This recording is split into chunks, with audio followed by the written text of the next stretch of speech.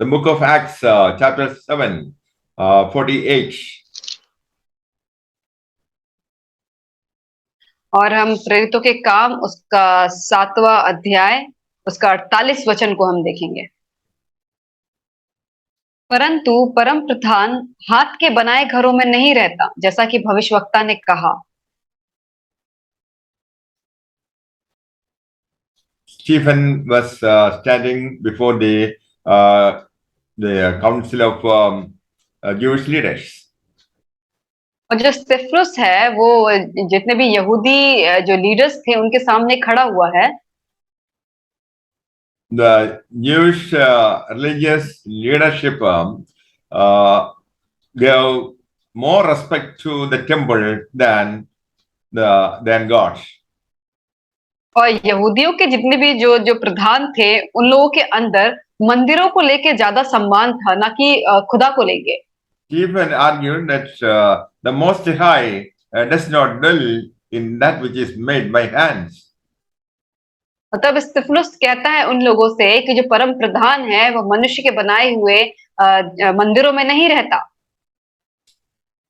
Solomon built a house for the Lord. और जैसे कि सुलेमान ने परमेश्वर के लिए एक घर को बनाया था। But the God who created heaven and earth is not dwelling in that which is made by human hands. लेकिन जो परम प्रधान परमेश्वर जिसने पृथ्वी और स्वर्ग दोनों को बनाया है वो बिल्कुल भी ऐसा नहीं है कि मनुष्य के बनाए हुए घरों में रहे। Heaven is God's throne and earth is his footstool. और जो स्वर्ग है वो उसका सिंहासन है और जो पृथ्वी है वो उसके पैर की चौकी है। So what kind of a house will you build for me, says the Lord? और तुम मेरे लिए किस तरीके का घर बनाओगे, परमेश्वर ऐसा कहता है। The Lord is asking, has not my hand made all these things? और परमेश्वर कहता है कि क्या ये सारी चीजें मेरे हाथ की बनाई हुई नहीं है। You oppose the Holy Spirit as your fathers did. और क्या तुम पवित्र आत्मा को भी नकार रहे हो जैसे तुम्हारे बाप दादों ने किया था। So when Stephen made these statements, they began to stone him. और जब स्तिफनुस ये सारी बातों को कह रहा था तब लोग उसके ऊपर पथराव करने लगे। Verse 54. ये बातें सुनकर वे जल गए और उस पर दांत पीसने लगे। They were exasperated and gnashed their teeth at him. और वो लोग आपस में बहुत ही जलन रखने लगे और अपने दांतों को पीसने लगे। He was full of the Holy Spirit. लेकिन वो जो स्तिफनुस था वो पवित्र आत्मा से परिपूर्ण था। Stephen looked intently into heaven and saw the glory of God and Jesus standing at the right hand of God. और तब स्तिफनुस ने स्वर्ग की ओर अपनी आंखों को उठाया और परमेश्वर की महिमा को देखा और यीशु को परमेश्वर के दाहिनी ओर खड़े हुए देखा। This vision seen by Saint Stephen is actually an encouragement to the persecuted church. और तब एक जो दर्शन जो है वो संत स्तिफनुस को दिखाई दिया कि वो किस तरीके से उसने दर्शन को देखा उस चर्च को लेके। Here, the Lord Jesus Christ is standing in heaven. और उसने देखा कि जो यीशु मसीह जो है वो स्वर्ग में खड़ा हुआ है। So he was giving standing ovation to the great martyr. और वो जो है उस महान जो शहीद है उसको एकदम से उसको सम्मान दे रहा है। This indicates that the Lord was greatly concerned for his persecuted one. और ये चीज ये दर्शाता है कि परमेश्वर जो है उन लोगों के ऊपर ज्यादा ध्यान देता है जो उसके कारण सताए जाते हैं। The earth rejected Stephen. और इस संसार के लोगों ने स्टीफन को नकार दिया। But the heaven opened up for him. और लेकिन जो स्वर्ग था वो स्तिफनुस के लिए खुल गया। That means that the heavens were with Stephen and for him. और इसके लिए मतलब ये है कि वो स्वर्ग के लिए है। And Saul, who later became an apostle, helped the persecutors in their slaying of Stephen. और जो साउल जो बाद में परमेश्वर की सेवा करने लगा, उसने भी स्तिफनुस के जो उसको परेशान कर रहा था, उसने वो सहमत था। Stephen also prayed for his persecutors, like Jesus Christ. और तब तब स्तिफनुस ने भी जिन लोगों ने उसको परेशान किया, उसके लिए उसने प्रार्थना की, जैसे यीशु मसीह ने किया था। Now, chapter 8. और अभी हम देखते हैं 8वां अध्याय। Read the first 3 verses. 8वां अध्याय उसका 1 2 3 हम देखेंगे। उसी दिन यरूशलेम की कलीसिया पर बड़ा उपद्रव आरंभ हुआ और प्रेरितों को छोड़ सब के सब यहूदिया और सामरिया देशों में तितर-बितर हो गए। कुछ भक्तों ने स्तिफनुस को कब्र में रखा और उसके लिए बड़ा विलाप किया। साउल कलीसिया को उजाड़ रहा था और घर-घर घुसकर पुरुषों और स्त्रियों को घसीट-घसीट कर बंदीगृह में डालता था। Here we find Saul, a young man, approved the killing of Stephen. यहाँ हम देखते हैं एक युवा साउल, जिसने जो स्तिफनुस की मृत्यु थी उसको उसने सहमति दे दी थी। The great persecution of the church started in Jerusalem. तो इसीलिए जो कलीसियाओं में बहुत ही बड़ा उपद्रव आरंभ हो गया। All the believers of Jesus Christ were scattered throughout the regions of Judea and Samaria. और जितने भी प्रभु यीशु मसीह के प्रेरित थे, वो सब कुछ छोड़-छोड़ के सब यहूदिया और सामरिया में तितर-बितर हो गए। The followers of Jesus Christ were scattered except the disciples. और जितने भी यीशु मसीह के पीछे चलने वाले लोग थे, वो इधर-उधर तितर-बितर हो गए, केवल प्रेरितों को छोड़ के। Saul was leading persecution in those days.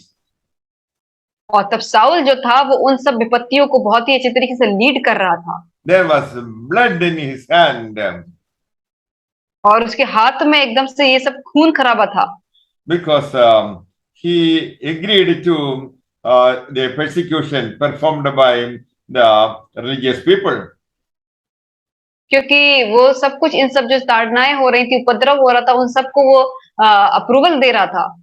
So wherever the followers of Jesus Christ went, they preached the word of God. और इसीलिए जहाँ कहीं भी जो प्रभु के पीछे चलने वाले लोग थे, जहाँ कहीं भी जाते थे, वो प्रभु का प्रचार करते थे। So here what we find is persecution leads to multiplying the kingdom of God. और यहाँ पे हम देखते हैं कि जो उपद्रव होता है, वो और भी लोगों को लेकर आता है, जो परमेश्वर के राज्य के लिए बढ़ोतरी करते हैं। So the violence against the church led to the expansion of the church.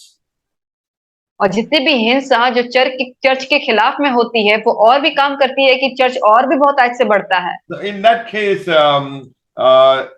the persecution is good for the growth of church in this world. तो अगर ऐसा होता है, तो इस चीज में ये ऐसी हिंसा ठीक है, अगर इससे प्रभु का कार्य और भी आगे बढ़ता है। We find that they were dragging men and women.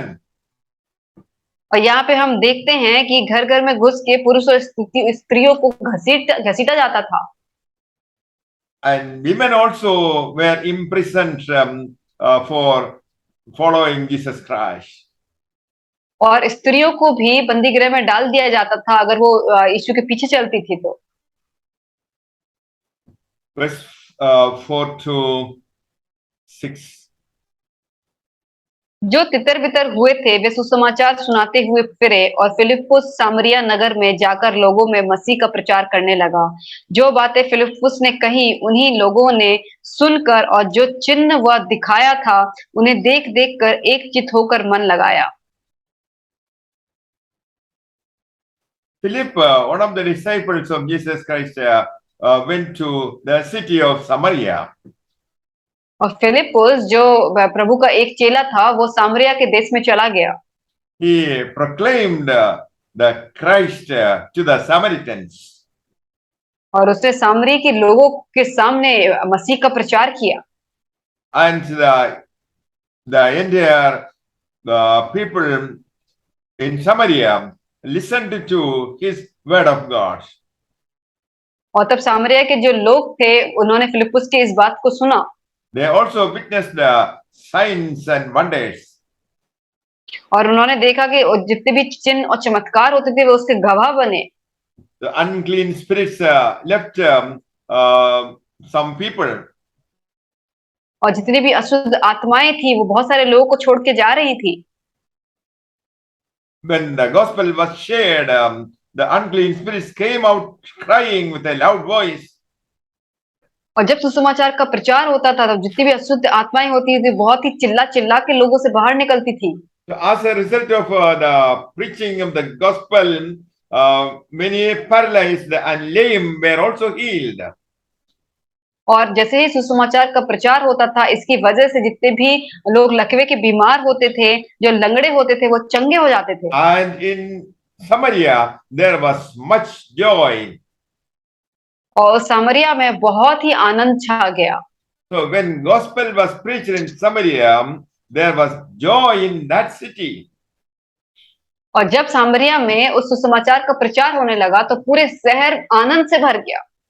So the kingdom of God brings both persecution and joy in this world. तो जो परमेश्वर का जो राज्य है इस जगत में वो तो उपद्रव भी है और आनंद भी है। The preachers will be persecuted, और जो प्रचार करते हैं उनको ताड़नाएं मिलती हैं, but those who accept the gospel will rejoice. और लेकिन जो लोग उसके सुसमाचार को ग्रहण करते हैं वो लोग आनंदित होते हैं। And this is what we find when we preach gospel. और यही वो चीजें हैं जो हमें मिलेंगी जब हम सुसमाचार का प्रचार करेंगे। So gospel preaching is painful and harmful to the person who preaches it. तो सुसमाचार का जो प्रचार करना है वो बहुत ही दर्दनायक और बहुत ही ताड़नाओं से भरा होगा जो लोग सुसमाचार का प्रचार करेंगे। The preacher will be insulted और जो प्रचार करता है उसको बेइज्जत किया जाता है because he is attacking the evil system. क्योंकि वो जो है वो जितनी भी अशुद्ध आत्माएं हैं उसके ऊपर आक्रमण करता है। But the poor people who receive the gospel will rejoice.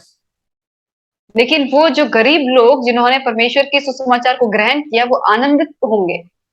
Jesus commanded us to preach the kingdom of God to the poor. और जब यीशु आया तब उसने सुसमाचार का प्रचार गरीब लोगों में किया। So the poor people who receive the word of God will be blessed. तो वो गरीब लोग जिन्होंने परमेश्वर सुसमाचार को ग्रहण किया बहुत ही आशीषित हुए। So most religions in the world keep people poor. और जितने भी और भी बहुत सारे जो धार्मिक जो लोग होते हैं वो गरीबों को और गरीबी छोड़ देते हैं। But gospel uplifts the poor people. लेकिन जो सुसमाचार होता है वो गरीबों को उठाता है। Gospel can solve many social problems. और जो सुसमाचार होता है बहुत सारी सामाजिक समस्याओं को वो खत्म करता है। The recipients of the gospel will be enlightened. और जो सुसमाचार होता है वो लोगों को और भी प्रकाश देता है। They become an asset to the society. और वो उस समाज के लिए बहुत ही एक कीमती चीज बन जाते हैं। The vast majority of people receive the gospel of Jesus Christ. Many problems of the society will also be solved. और जब बहुतायत से लोग जब सुसमाचार को ग्रहण करते हैं तो उस समाज में बहुत सारी जो समस्याएं होती हैं वो अपने आप खत्म हो जाती हैं। So many people were attracted. Verse 12 and 13. परंतु जब उन्होंने फिलिप्पुस का विश्वास किया जो परमेश्वर के राज्य और यीशु के नाम का सुसमाचार सुनाता था तो लोग क्या पुरुष क्या स्त्री बपतिस्मा लेने लगे। तब सिमोन ने स्वयं भी विश्वास किया और बपतिस्मा लेकर फिलिप्पुस के साथ रहने लगा। वह चिन्ह और बड़े बड़े सामर्थ के काम होते देख कर चकित होता था। There was a certain man named Simon. और यहाँ पे एक ऐसा इंसान था जिसका नाम था Simone. He was a man practicing magic in that city. और वो एक ऐसा इंसान था जो उस शहर में जादू टोने करता था। And he claimed himself as Simon the Great.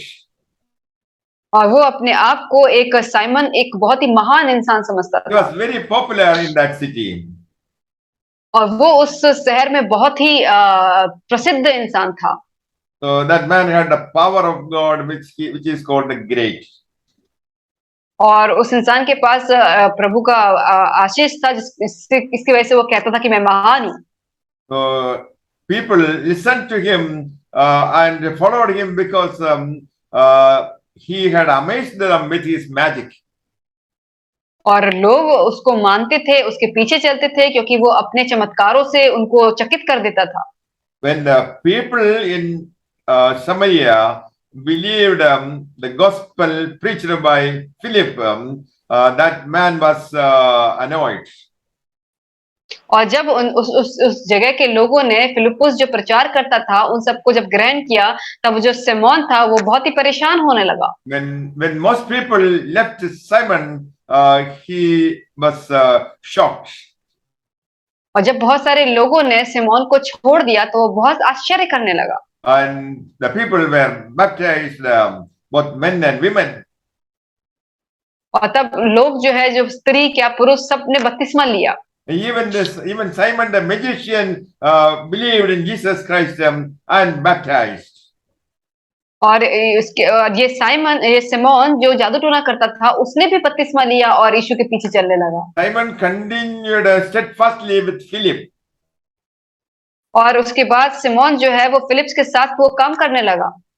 So when he saw signs and great works of power taking place, Simon was amazed. और जब वह उसने देखा चिन्ह और बड़े बड़े सामर्थ के काम, तो सिमोन था वो बहुत ही आश्चर्यचकित हो गया। Philip invited Peter and John to Samaria. और उसने जो है पतरस और यूहन्ना को उसने सामरिया में उसने निमंत्रण दिया। They came, Peter and John came there and prayed for the people. और तब पतरस और यूहन्ना वहां पे आए और उन्होंने लोगों के लिए प्रार्थना किया। They prayed for the power of the Holy Spirit. और उन्होंने जो पवित्र आत्मा का जो वरदान होता है उसके लिए प्रार्थना किया। So as the power of the Holy Spirit fell upon the people, they had only been baptized into the name of the Lord Jesus Christ. और जब वो पवित्र आत्मा उनके ऊपर उतरती थी तो वो यीशु के नाम में बपतिस्मा लेते थे। So Peter and John prayed for them, laid their hands on them, and they received the Holy Spirit. तो उसके बाद पतरस और यूहन्ना उनके सर पे हाथ रखते थे और उनके लिए प्रार्थना करते थे और उन्होंने पवित्र आत्मा को वो ग्रहण करते थे। Seeing this, Simon offered them money, saying, "Give me also this authority." जब सिमोन ने देखा कि प्रेरितों के हाथ रखने से पवित्र आत्मा आती है, तब उसने ये कहा कि उसने पैसे दिए और कहा कि ये अधिकार मुझे भी दे। So his intention was to lay his hands on people, and when they receive the Holy Spirit, he will get money. और उसका उसका उसका केवल एक ही मकसद था कि जब वो लोगों के ऊपर हाथ रखे तो पवित्र आत्मा आए और वो लोगों से पैसे ले सके। Peter said to him, "May your silver go with you into destruction." तब पतरस ने उससे कहा कि तेरे रुपए तेरे साथ नष्ट हो जाएं। Because you thought that you would acquire the gift of God through money. क्योंकि तूने परमेश्वर का दान रुपयों से मोल लेने का विचार किया। Peter also said, your heart is not straight before God. इस बात से कि तेरा हिस्सा है न भाग, क्योंकि तेरा मन परमेश्वर के आगे सीधा नहीं। Peter rebuked Simon. तब पतरस ने सिमोन को बहुत ही डांटा। He asked him to repent before God. तब उसने उससे कहा कि तू पश्चाताप कर प्रभु के सामने। He asked him to confess his wickedness before God. तब उसने कहा कि तू अपनी बुराई को परमेश्वर के सामने मान ले। And to receive the forgiveness of God. और उसके बाद तो क्या पता प्रभु की क्षमा को ग्रहण कर पाए। And Simon answered and said, You message the Lord on my behalf, so that none of the things which you have spoken may come upon me. Verse 24. तब से तब सिमोन ने उत्तर दिया, तुम मेरे लिए प्रभु से प्रार्थना करो कि जो कुछ बातें तुमने कही उसमें से कोई मुझ पर ना आ पड़े। Philip, Peter, and John announced the gospel to many villages of the Samaritans. और उसके बाद पतरस और यूहन्ना ने सामरिया के बहुत सारे गांवों में प्रभु का प्रचार किया। Verse 26. फिर प्रभु के एक स्वर्गदूत ने फिलिप्पुस से कहा, उठ और दक्षिण की ओर उस मार्ग पर जा जो यरूशलेम में गाजा को जाता है, और यह रेगिस्तानी मार्ग है। और वहां पे उसने एक ऐसे इंसान को देखा जो खोजा और खुशियों की रानी का मंत्री और खजांची था, और वह आराधना करने को यरूशलेम में आया था। He had come to Jerusalem to worship. और वो आराधना करने के लिए यरूशलेम में आया था। He was in charge of all the treasures of the queen of Ethiopia. और वो कुशिया की रानी कंदासे का मंत्री और जितने भी खजांची होते हैं उसका अधिकारी था। So he was returning to Ethiopia. और वो अपने कुशिया देश में वो वापस आ रहा था। And the Spirit took Philip to that place. और लेकिन पवित्र आत्मा फिलिप्पुस को उस जगह पे लेके गई। Philip saw the eunuch was sitting in the chariot and reading the prophet Isaiah. और वह रथ पर बैठा हुआ यशायाह भविष्यवक्ता की पुस्तक पढ़ता हुआ जा रहा था। When Philip ran up, he heard him reading Isaiah the prophet. और तब फिलिप्पुस उसकी ओर दौड़ा और उसने सुना कि वह यशायाह भविष्यवक्ता की पुस्तक को पढ़ते हुए उसने सुना। Philip asked him, Do you really know the thing that you are reading? तब फिलिप्पुस ने उससे पूछा कि क्या जो तू पढ़ रहा है उसे समझता भी है? This eunuch was a godly man. और ये जो खजांची जो था वो एक प्रभु का भय मानने वाला इंसान था। And he was reading from the book of Isaiah. और वो जो है वो यशायाह नामक पुस्तक से वो पढ़ रहा था। So Philip explained the passage he was reading from the scripture. तब फिलिप्पुस उसके पास गया और वो जो जिस चीज को वो पढ़ रहा था उसने उसको समझाया कि वो क्या पढ़ रहा है। As a sheep he was led to slaughter, and as a lamb before its shearer is dumb, so he does not open his mouth. Verse 32. पवित्र शास्त्र का जो अध्याय वो पढ़ रहा था वो यह था, वह भेड़ के समान वध होने को पहुंचाया गया, और जैसे मेमना अपने ऊन कतरवाने वाले के सामने चुपचाप रहता है, वैसे ही उसने भी अपना मुंह ना खोला।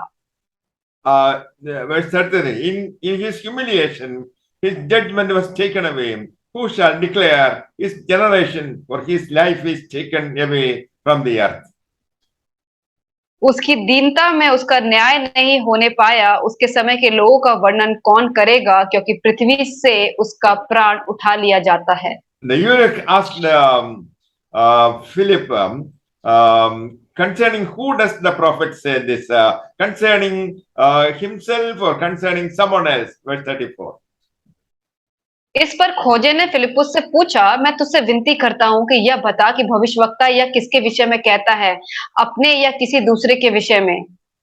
And Philip opened his mouth and shared the gospel and told him this particular passage is related to Jesus Christ.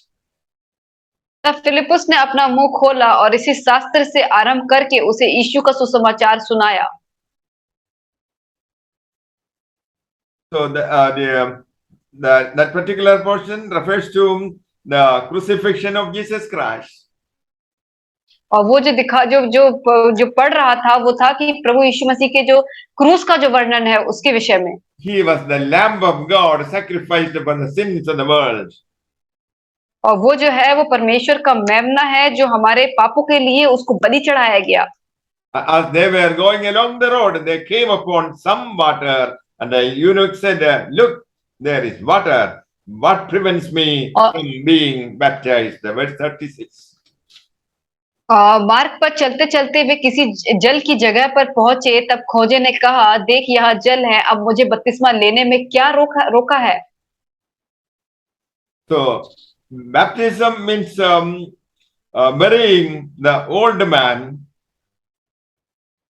और बपतिस्मा का मतलब होता है कि अपने पुराने जो अस्तित्व को जला देना and a decision to part with sin और एक ऐसा निर्णय लेना कि अब हम पाप से दूर रहेंगे and establishing a new relationship with Jesus Christ. और प्रभु यीशु मसीह के साथ एक नया संबंध को स्थापित करेंगे। And he becomes a new man in Jesus Christ. और उसके बाद वो एक प्रभु यीशु मसीह में एक नया अस्तित्व बन के आएगा। He gets a relationship with Jesus Christ.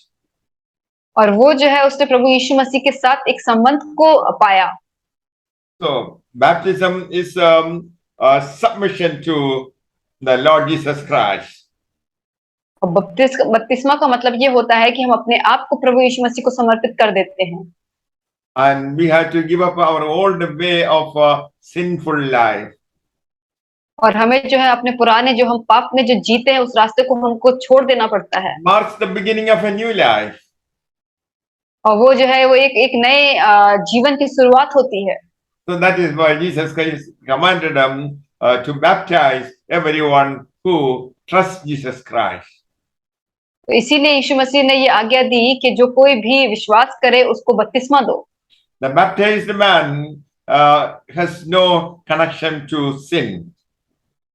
और जो बपतिस्मा लिया हुआ इंसान होता है उसका पाप के साथ कोई भी संबंध नहीं होता। That man is completely set aside for God. और वो जो इंसान होता है वो पूरी तरीके से पवित्र होता है यीशु के लिए। He is a new creation. और वो जो है एक नया एक क्रिएशन होता है। And he will also receive the power of the Holy Spirit.